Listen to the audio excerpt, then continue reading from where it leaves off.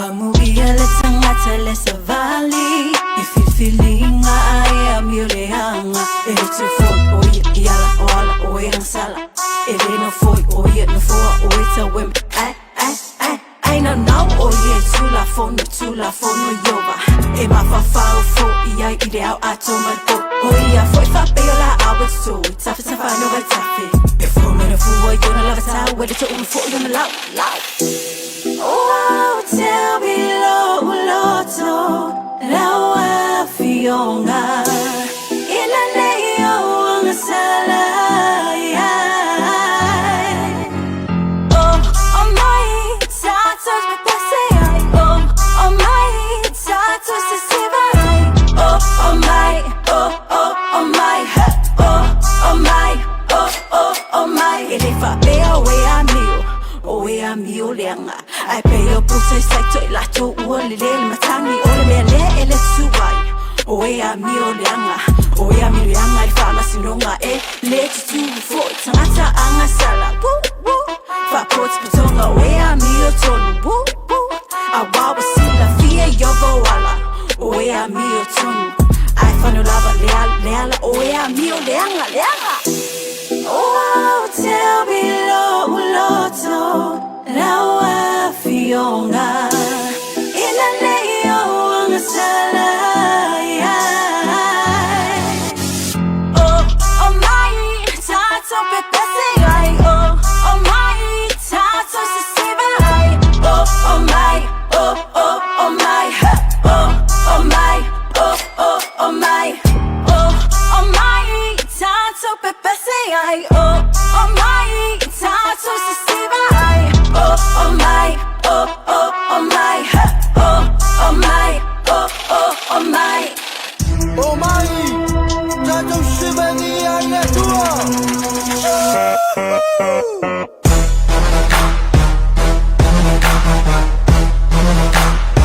Oh my, oh my.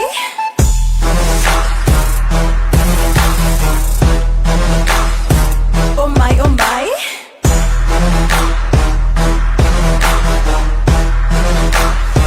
Oh my, oh my.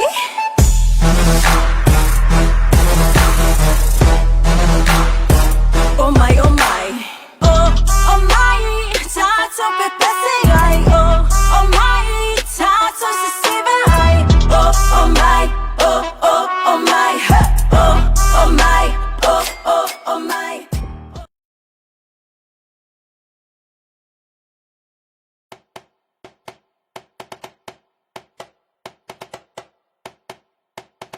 Sivala ia masisiyo ni ma pese fia iyo na viinga le faa wala tanga waya amai faa fita Yesu ila ualofa o te pese mafa ane tau pelo sili ese le mana mea oi tu maupe oi lau pele.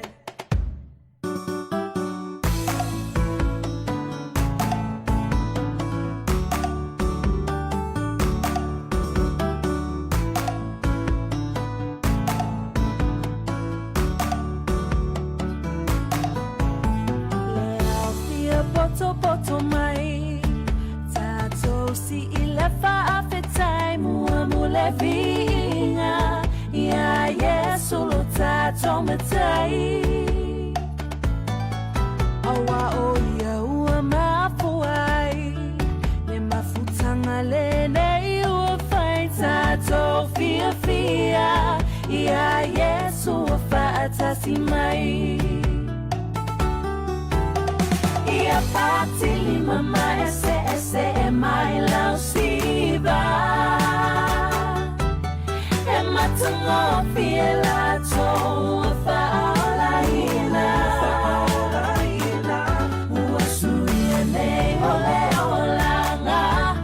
Ua siva nei faale amanga ua fia. Yesu ila ufaala tanga. Masisiyo ma pese fia iyo na viinga le faa wala tanga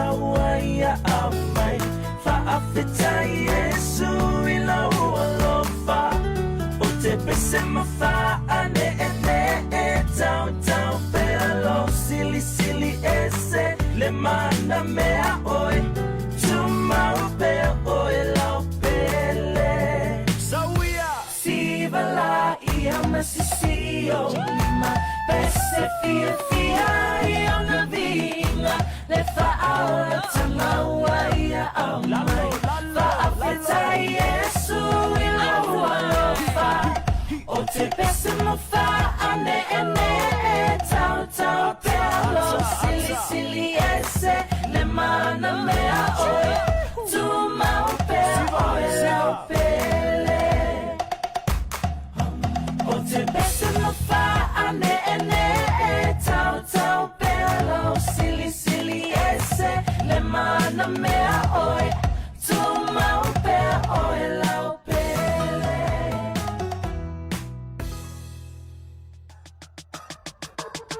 Sorry, yo. Hey, Ori. Yeah, oh. Sí, yo show. Oh, yo. Yeah, polo. Quiero caora na kiki. Au. So fine tangata.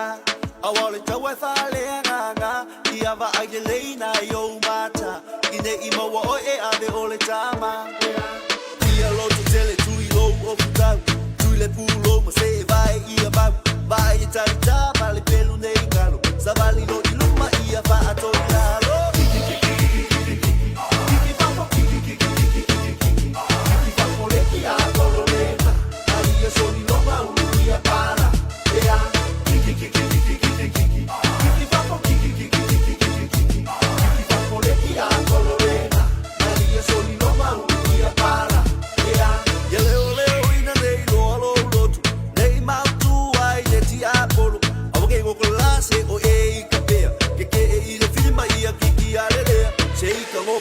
Fama olalo, sei que no folhalo, fama olalo, sei que no folhalo, fama olalo, sei que no folhalo, fama olalo.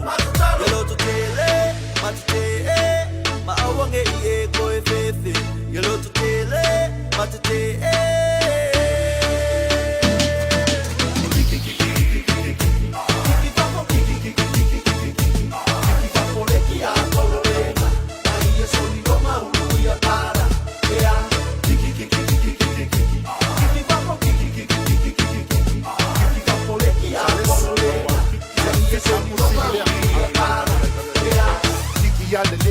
Kiki fakafea, Kiki se oli ronga ngofo angalea. Okay, Kiki fakusao, Kiki awaka alo, Kiki fapola kapise bakwa Kiki lo fa. Yele matete, ma awange ie ko efefe.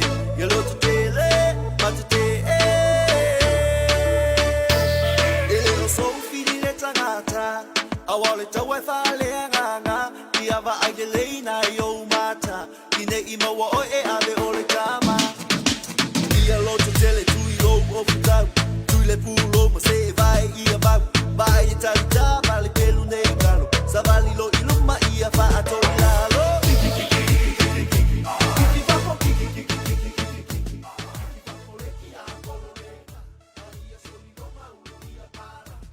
Ya, malole sa malole siva o ka waya kule o mai au kiki.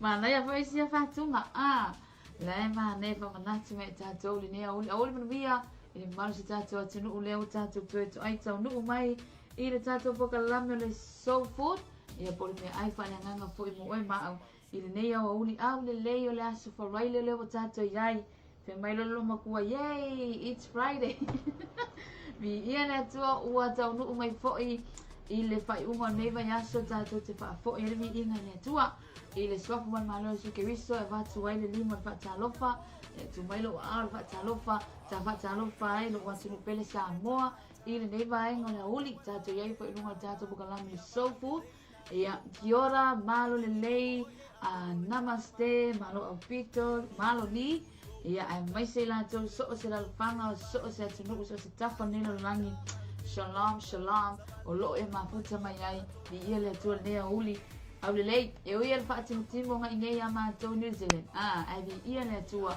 ia o loo whai mawenga le atua mga ia po ia le ele na whaasosu Nena ke mai ko ko kele au siva mai. Pe poni nga nga no kale break kalesi. Usanga le kofu mai fa polesi lo kale break. Ai wa ku no mal pesi ki. Apa pe dengan stress mai ko fa venga. Ki ai fa for kama nga.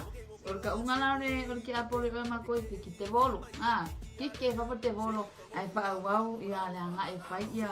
Pai nga vai aingo le uli ai mai se for tata ia le nei uli au le lei i le pai nga vai aingo le uli i le tino ia ole lo ke waku e kuka ku me ai fa le nganga mo tato i le ngata mo to ia ai kuka mo wa ia ia fa talo fa tuai i le swafa man le skeriso talofa li ia le tua ma lo fo i lo sa i tuite ma fai ni aso ma lo fo i tau ma lo le fai va li ia le tua fai va venga i lo na lei ma lo na mta tia le vo o tato ia i nungo pe ngo ngalo le ia tu sai fai mta tato ka lama le soul food ka ko jam mai ala ia le ma tato siva ai o ka lama ka ko ele ni na ka mo por ko ngani al wa wale me mai le siva ma dia lo sa ma le me o Kiki merki a polo Maria Rosa Kiki mama mai Hawaii aloha ya Maria Rosa le mo ko ka mo fa Kiki fo wala Kiki Maria Rosa Kiki fa asu fa lai le Maria Rosa ki a polo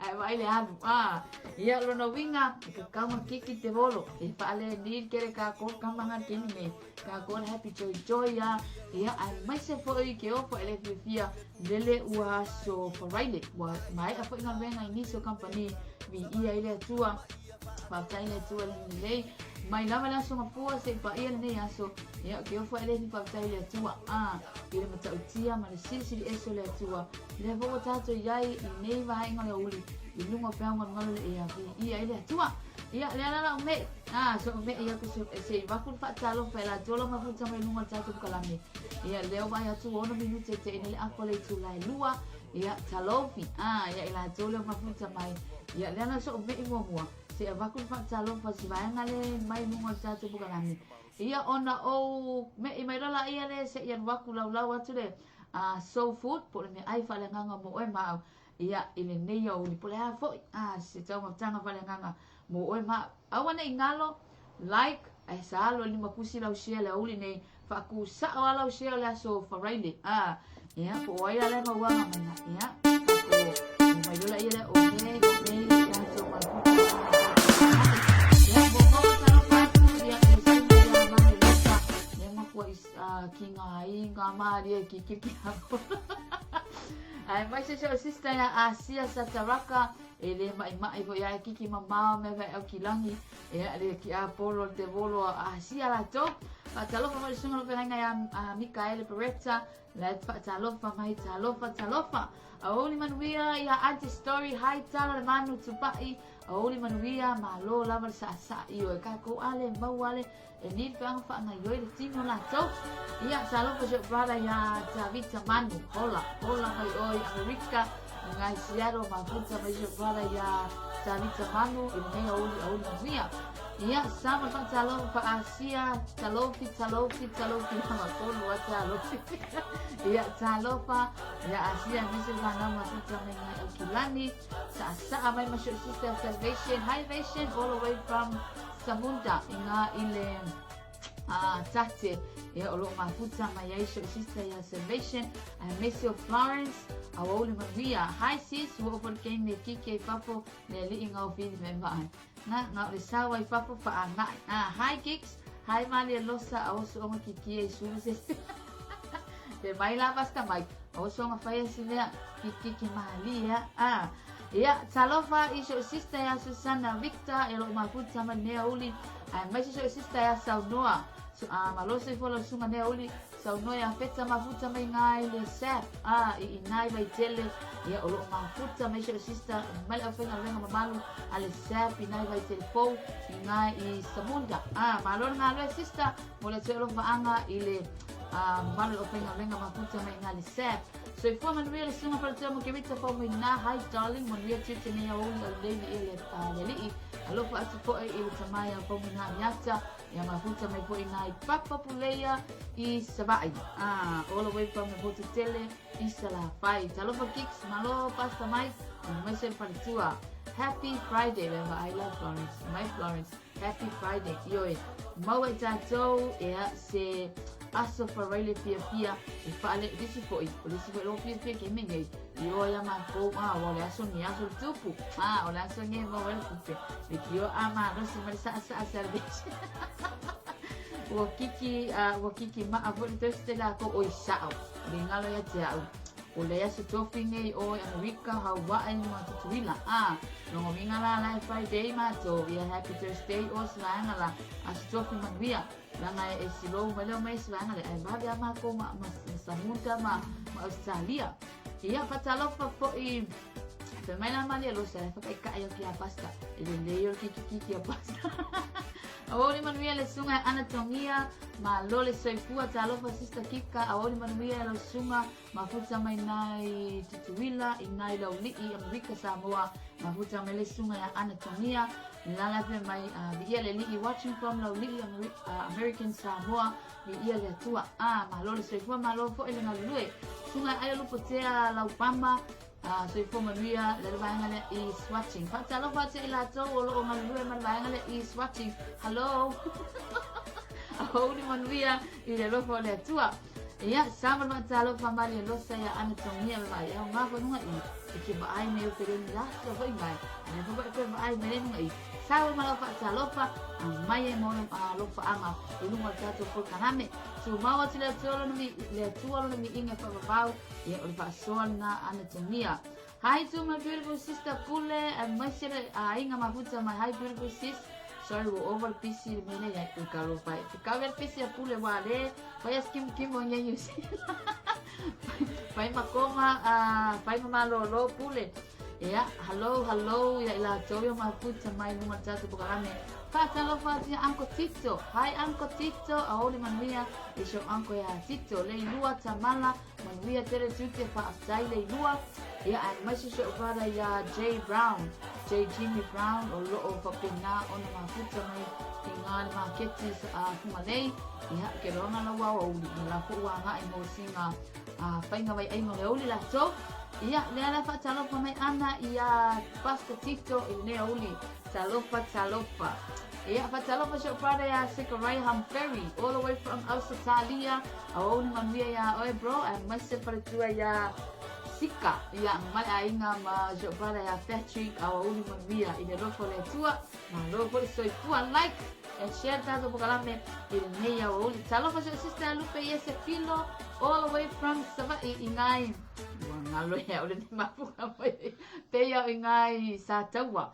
le mafuta mai sho sister ya Lupe Yese Filo auli manuia male ainga talofi auli manuia foi ya sango taulo tonga ile mainga le is watching talofa au is watching ya Freda Nauer talofa auli manuia le lofo le tua le ua toe sepun malpitu minuto na tala le tu la tolu ngale umanga lwa kol kako fa talofa se ilo tato se tato pese ko e kaliu mai loa adwakulo markako ku ko le uli la to i lunga tato por kalame monuelo o nanga lo fatele atu mo oil hello fatu Lord bless talofa ya Roxanne fa maoni uli manuia sis fa longo ati i Hamilton ya uli manuia i le lofo le tua ia suna ya Jem hi Gemma hello beautiful sis cakes hello talofa ya puni puao Pati Star Wars mafuta mai fo isavai pe ya salolonga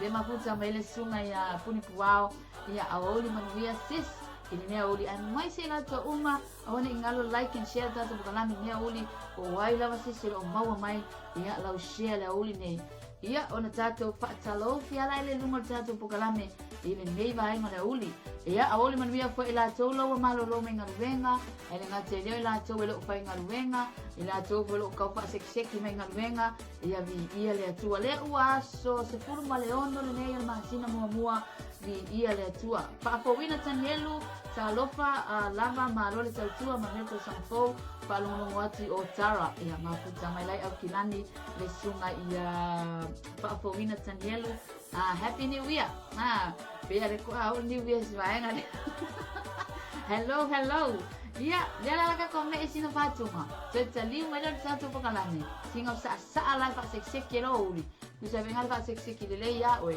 La watu la ia matato soul food ia poli me ai fa la nganga foi. Florence Naibo talofa tu mua peniata talofi awoli manuia ia tato me isinga lue ka kuko kaliu mai foi lea ia ile fa wa wino tato bokalami.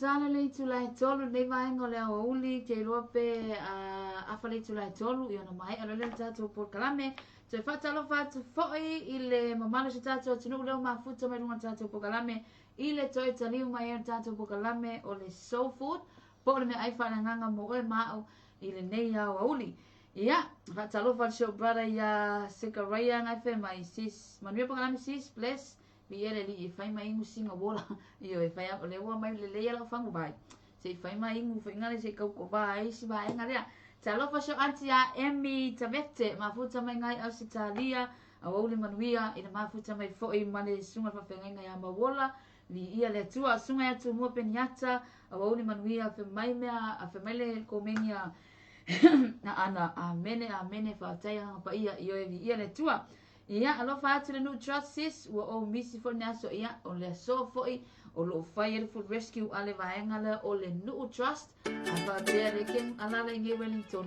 ia free food ava vaenga na e te anga ia o ia awa se ne ai fo ki fiti ia pa talo pa atu ia Kiongi Ace po Liu a oli manuia i le sunga ia Kiongi po John ma lo lava no sai ma lo le tawa tai di ia le tu alo fa atu ia oi mane ainga i le nei aoli fata alofa show kazi ava nessa alofa poia le mafuta mai high gas aoli mamia i le alofa le tua i la tona le ua so ai tau nuu mai mai a mai roka ko sa sa ia ai o mai no mas mai na fata alofa poia atuanga famina le vo mafuta mai le nei aoli mata mo fiele o tato yai di ia le tua ta tonu la le la o tenge va tuelta so tato so food ia po tato ne ai fale nganga po ne oli seki le seki le wa ole versalente le ma verso ne sa ia tato tama activity ia ke loanga e malo vai aso fo ia wa ko isi activity al ka ua ia ora wa ko activity ala ke mala le ma e lo le tato me ai fale nganga le aso ia o na file sa tato va so ai fo ile whaamangalo le aso nei lea ua tatou watu tatou tala pe ona iei lunga le tatou pukalame ia o le sola ia le ala whaawau ai le tatou pukalame ia i tatou au tu o lo i lunga healing and restore i le nei a oli e unga loa na e whaamangalo o le maenga le so mai o le whaamangalo longa le asa kako tala noa le aso nafi i le whaamangalo longa i le whaamangalo longa po le whaamangalo ia mare kulanga whainga le lenga o alka kukala ngol kulanga whainga le whaale koma le box e fole fo i pe ale maua oe le loto le whaamangalo ia ai le amataina lang tatou porkalame mana ia situsi le salamu silau se puru male iwa fe upe silau male lima nga whapea mai olama pionga o le sulu le iuwae mana iumana ia avea pal nga pasi fe tau te ina nina so tatou tala noai poi i le nei awauli sai foi mantate por galame ya se piña clasin como que calo dia na pesi aso kako so i le oli ya tama te tala ma te loto i lawa miotonu fa malo lo mai ma te loto e ale lawa fiong pa ia ai le o ma te loto amene o ana nafi le sa tu tala no ai i le fa mangalo o fa mangalo e manino ko talaina Yesu o polo inga Yesu e fai le ta kipilima o vinga de peo ne pasua na e le se fa mona pa manalo e o lo jo se fai e kipili oe e te vindi se fa mona le stata e le kamera se fa ia e fa manalo loa o mataki e se loa le tima e ai e fai ngofia nga ko fai mai pa manalo ai ta tu te lo leia e fai na kamba kimo e fai asi usa kama e fai asi whaingata o na paakino lea tūranga. So, let's be real. Fai mea mo'i no inga. E kaunga fai mea mo'i. E awan kama hoi ngale i le upu, mani butu. Hali pati nonga. E mafua i sa oele, e suku rangan e miti a koha.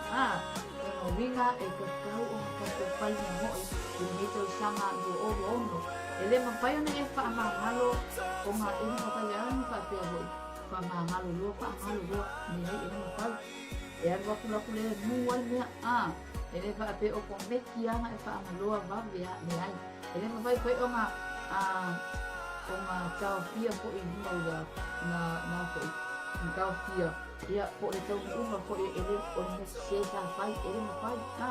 Ele mo fai mo come que ngai kang se mai ya. Uma lo. O le mea io dio Maria. Agora Maria se ka kometi. Ia ma e release no fa ma le fa ma ngalo. Ia vai na so mai ai. Mo ta to fi mo ni aso. O fa ma lo. No wiga e uma lo na fa ma ngalo.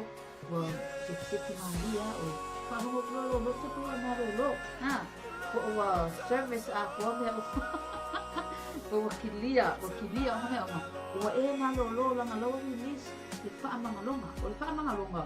O le sa ia ko ine o po wa ina le tua me ngale. Ika ita ki kuhima. Ina poloa ina ile na o me tini poloa ina ita mai e tato. Ia fai e tato ki kuhima. Ia maringa ni wa Mariu Yesu mo tato. Ina ia mahalo tato i amitanga. Na ile kolose mai tolu vai upesu mai tolu. O le meso o mai ai o whaangalo longa. Mai whaangalo loe le tua i o loto viti moia. Ia, lona winga pa asi.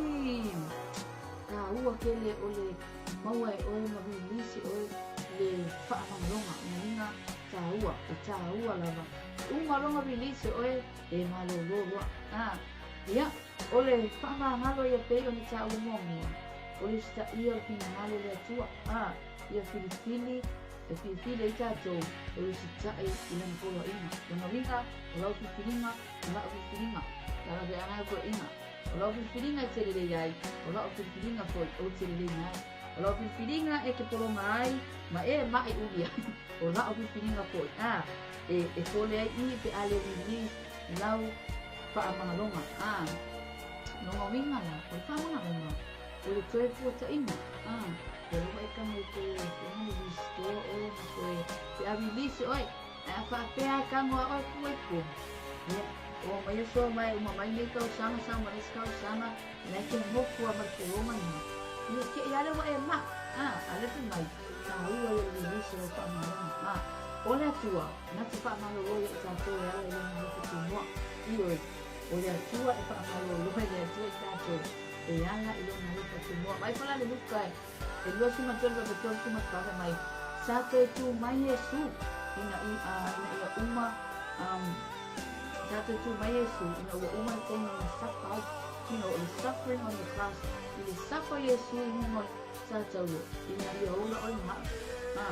So there was a beginning stage there, and healing and restore. Ang winga lang ko tu mai Yesu, nema maliu Yesu, tu mai lo. Ia, ala mo ang pa mga lunga. Mga tato, lo tato mo la sa utoma ni, lo e pa ye Pilipina. Ese mga yung mela tu ele kusia. Bisa fa mai Yesu, le malem ele pa pa Yesu. Le malem ele tinga ma we, le maliu ai dai lo elo kusia me, kusa mga mai sa utoma. Ko e mai Pilipina ya o ma. E ke Pilipina. Mai lo pa pa mai Yesu, e katawa nga o merki ako le pos.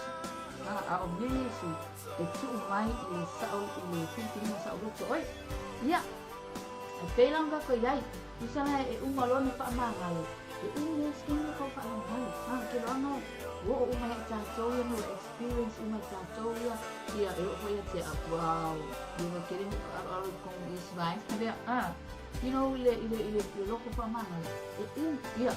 Tenga yo ko mai to pa mangalo.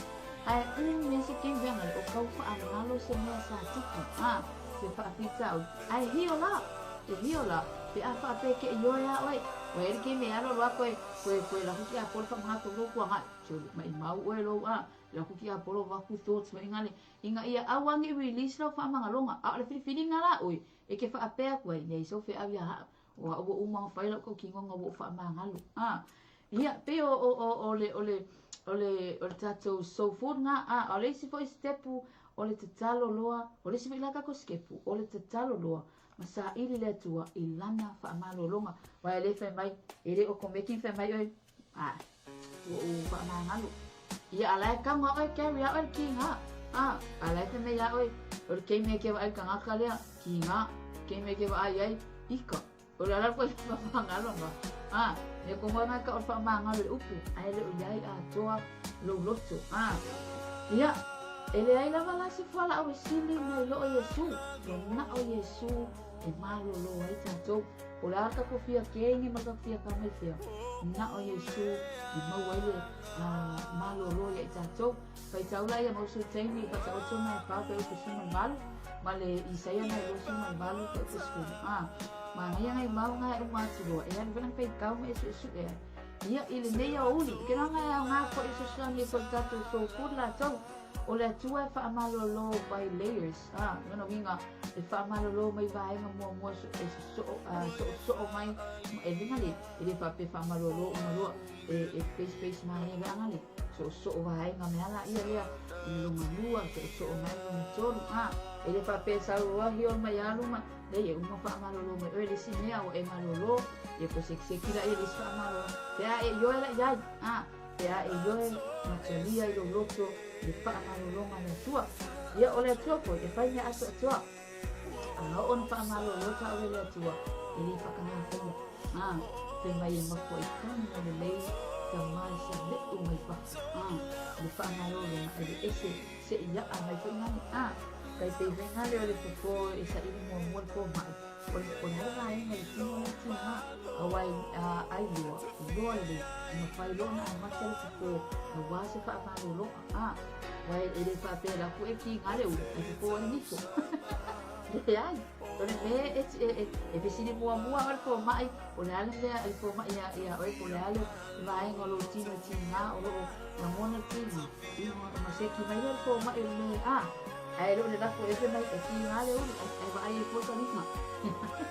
E face maria me a papena. Ia, o le pesini la. E awa e fia malolo. Ia, mana ia le tatou pasoa fo i e le whaapepe ngā o ke mai e po tere la tolo o pasoa mai lima tatou kukala. E o maloa le tatou pasoa o te taliu mai le i. Ia, waku pasoa le mana la tula. O kasi maa ia le naku i sau i naku i a. E pau tele le tatou waare nei weekend o le whai uma o nei vai aso tatou iai. Kusala, e ia se mea o le sipasini. E ia se vai malo e mana o ni e le mai o. O le sipasini, e ia se mea o lea na whaapura nei e sa tani. Ua e fia mau e se makusa. Pero ang ngai ni vai e ko ia kia. Na o le atua la o tani. E tele na mau e tanata. Ai mau ale tani. Ia Yesu. Kusa ai kama fa itete de tato ia i tanata esi. O kama se foi na tanata ali. E ia i le malolo. Ki ye o ma. Kusa la ku e ku por que mi e si vai ma. Ka ke fa alonga mai to. O yo o no ko ali o ko ko lo lo so mo ma. Itu langan na. E ta wala. Lo sa ini le tua. Ele fa malolo. Ia ka paasino mele le tō tanga te te alo e kai pēr wha amangaloma. Inga ua e mano lolo wa uma release la wha amangaloma. Isa wa ili ke mea release a koe oi. Sa wa oi ali ka haka lea. E misi a mani malolo. Mani mani ia ai mangu i alo. Mana ia tūlanga na e kapu na wha e te e ka kou. Ave ia ta mana te sila pia o na uma. O maka tianga uma. Na mea uma o e na o mia. E ta ua le malo lena. E ta ua. Ma koe e ta ua. Kusala e mawhaina tango e kusa se pasi teku. Se mea matu ia e nana o mia e nana lena. E ola nei. Pa o pese me si kakwa mira naka lo e mau mita te kura. Ma ai ala e tango ale ke pa anga mulongo mai lunga tato sofu.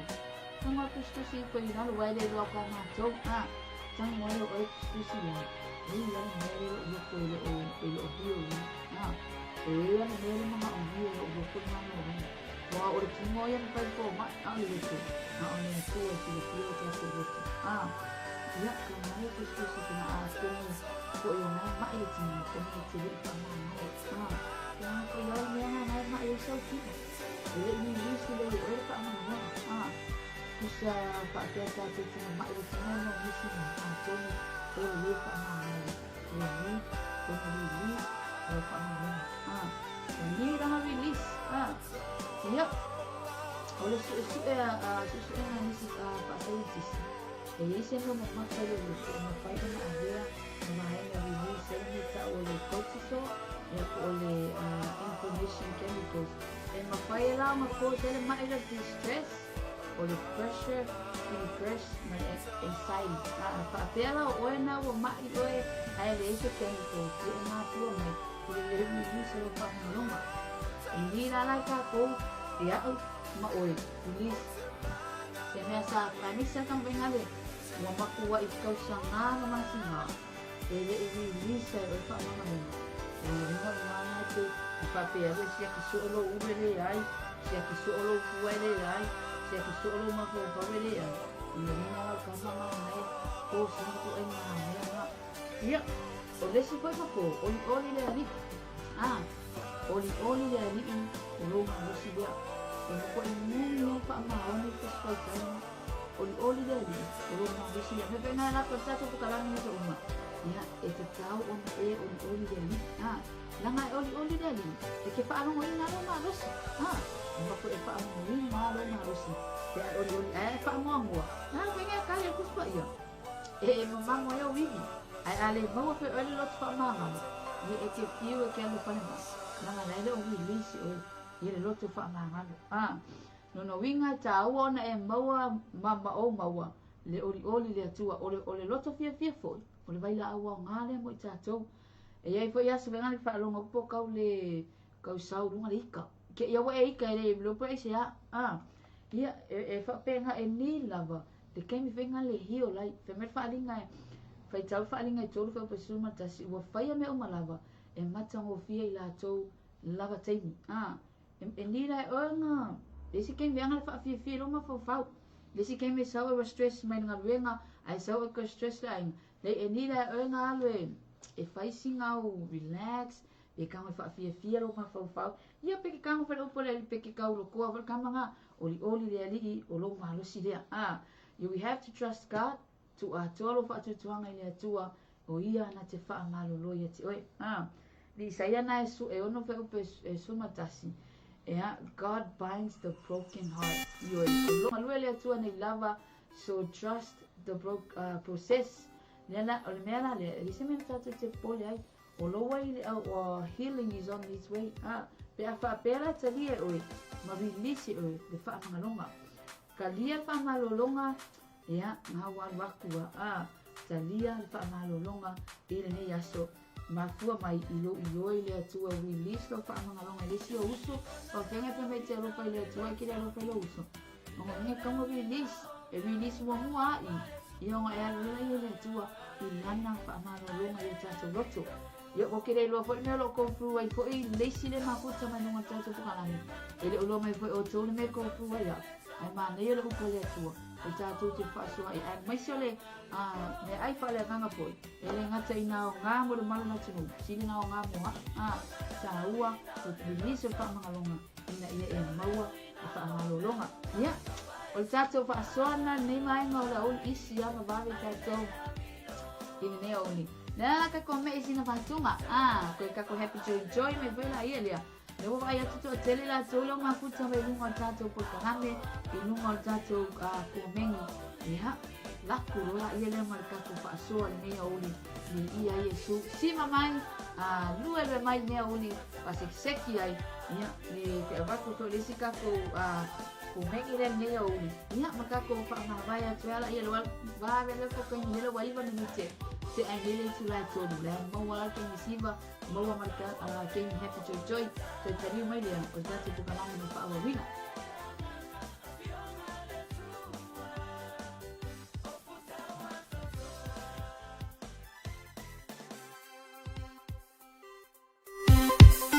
Amu ia le tanga tole fa atu tu ya yoban ole o fa ye o ba mona tuanga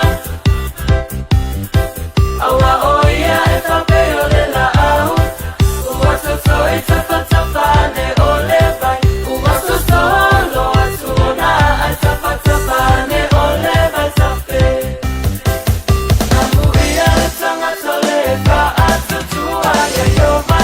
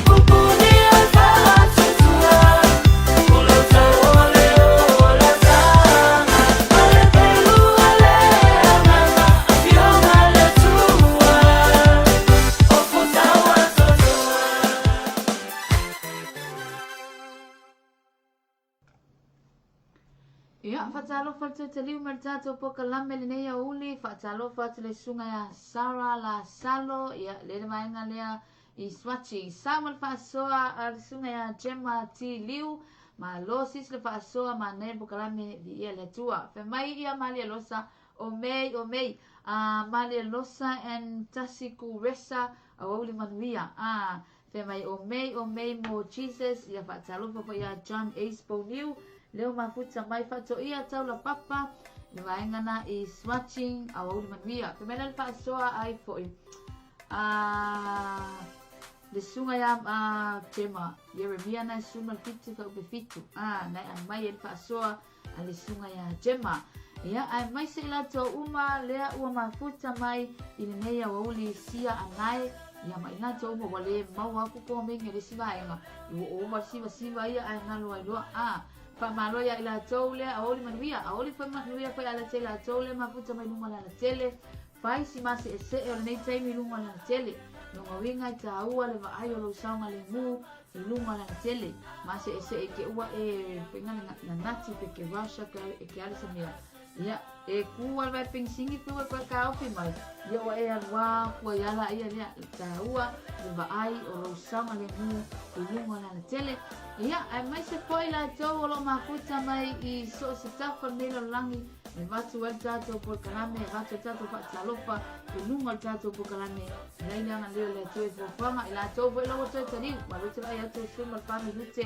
o te ai neli tu lai tolu o le sila va nga lo to tani o te fa wa ko se me lo ko se me le mima te amata ai ma te a fa I venga au lesi mai nga o lai ua nga solo venga le tu la marca penga le ako ya mai maota malawa lo le fai ma aso pa rainy la so pu ya ma ko I oi Samoa o lesi le fe mai ko pia o me tu le spale o ma pa ne ya so o te ve le tu ai lana pu ringa o lana le leonga le ma lo se po ayatu po ai mai o wal pe mai tu te fai ba o le aso ma le aso a wa pe ana lesi no le tua Tatu tele mafaya matatu olia nei o uli au le lei man matu mo pia patalo fa tina ya sala wa iva nei mafuta mai nai solo uta au uli manuia ya matina ya nive mai se o malanga mafuta mai ai ia te mai ia ai foi ia Gemma mai la tolo no I lunga le beach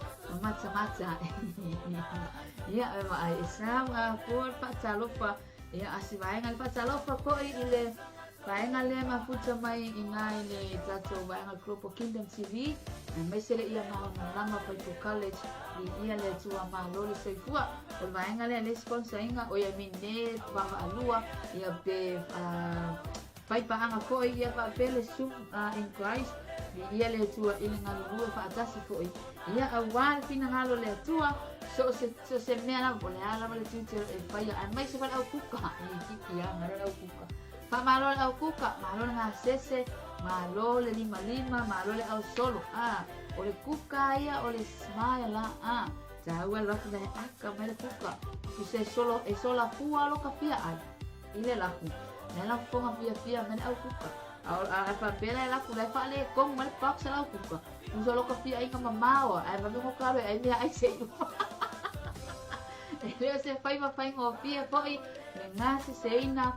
O mea ai ia mo le ainga le sai mea o lo tute fa lo fainga ia o le lo fa ke fa kino I tu ole tu mo o le makua okay ia ke vai ya ko o kan ka piko siri ma ia makua vela le ti tai au e sa wa ko I lo makua ko inga mai ia manuia vai ngala le al wa ku le me ai le uli manuia al wa ku le Ngala le venga le venga venga.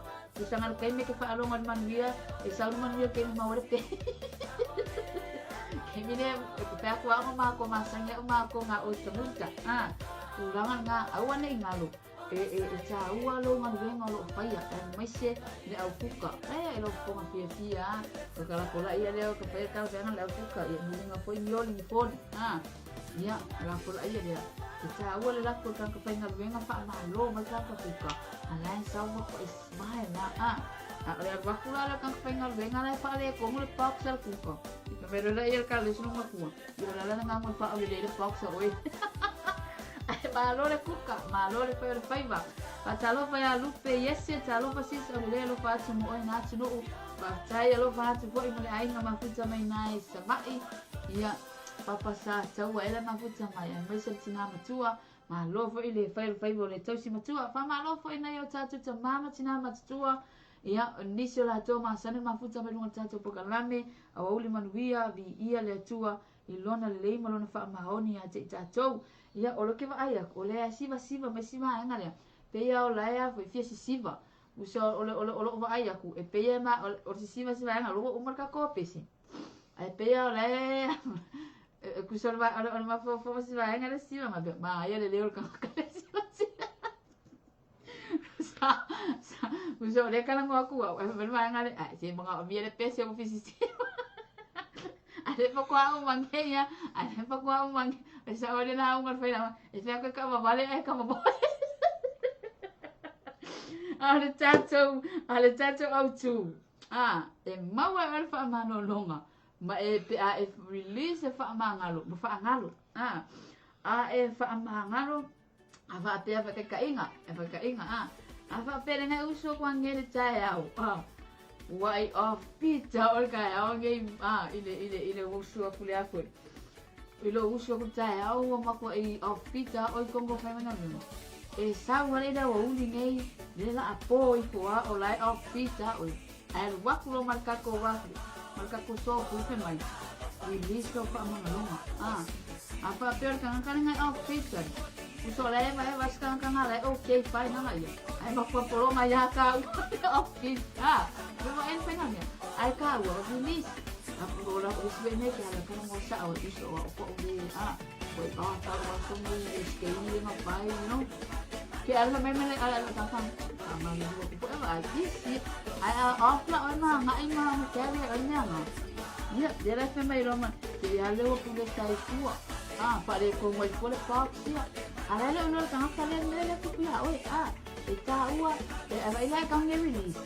Que smile que numa que tive ko mai ko ngola mu ko ko ringa que smile ko ngola we ka ngo release wa e malo lo patalo pa le sunga ya ne Roma Filili ya mesel sunga ya Yohane Sonne Johnson go pati awu mania praying for deliverance, healing and restoration in Jesus mighty name. Wa ai sa wa sunga tema makuwa ai malo lo tema ko malo lo tinti. Dia ono tawar tato temi mo tula tawar temi pa mai na tato po kalame. Ai aku le sawo ole ako. Le sawo ole pa sola to. Ina to lo magisa mai like and share tato kalame. Que lo haga le fa ai ni tato po kalame ile aspirate ne te mata le to. Ye kuna va ko kele tato po kalame. Kula ko ini tato activity. Nang ole le tau ule mai sa ina le pa ele video.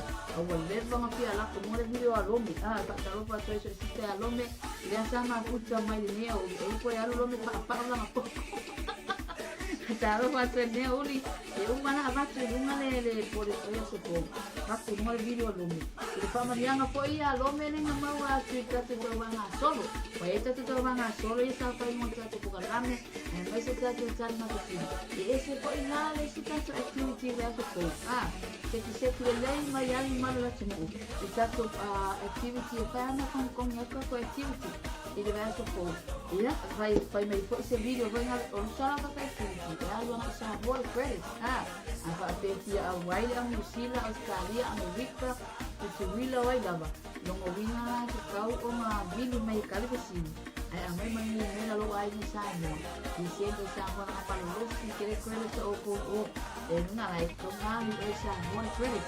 Ya pasalo patula malolo mo sumane pa so sai a Asia na ila to umale sa na mai sa jono tato buka lamen na dia uli apa pero ke pa alo mo mai ele ya watu wasia ke pa salo pa ya o ale ke tinga ni ko pa malo mo mati na ngore dele ya ore ba me le al mo ko min ya wa ko se mai no ko ke la ke se me po ya ma ale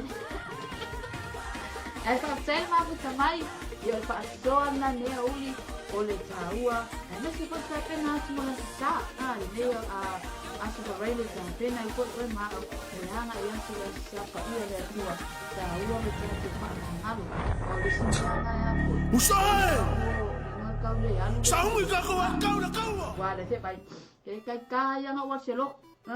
Au loko ki lo ya pai mala pai kwa le sawa ya.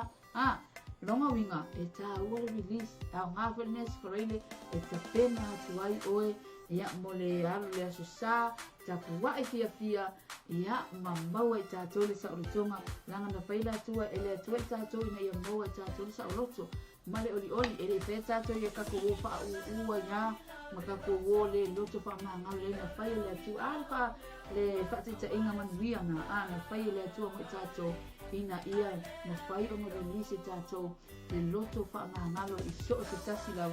No minga ele ni kere ai loto tātou ma kuwa le mea pese ika. Nangol mea o kamanga o ika, o makua wha lea ma mea o kamanga o ika. Ai tā ua ona tu ele fia male oli le atua.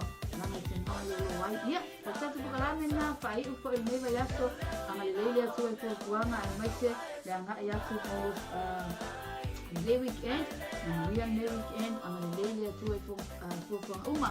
Ya o se upu ko wale na vale pe le to sa mali sa mo ya ko uma ya ko me ko ana pa mama ko la ona na toa. E le ang lele tu e tu mo fai ne aso. Ya an mai se la ya tu mo le weekend. Lord bless, lo pasu, ona isu, God bless.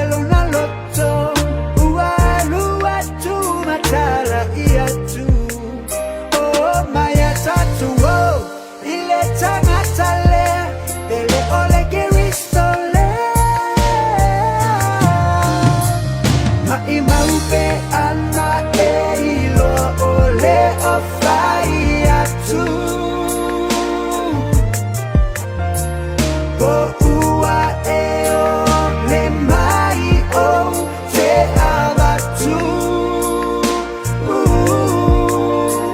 le vaiola e ave fua e le ai lama sona tau e una pea ilo loto e fa avavau mai maupe ana e ilo o le o fai atu o ua e o le mai o te avatu le vaiola e ave fua e le ai lama sona tau e una pea ilo loto e fa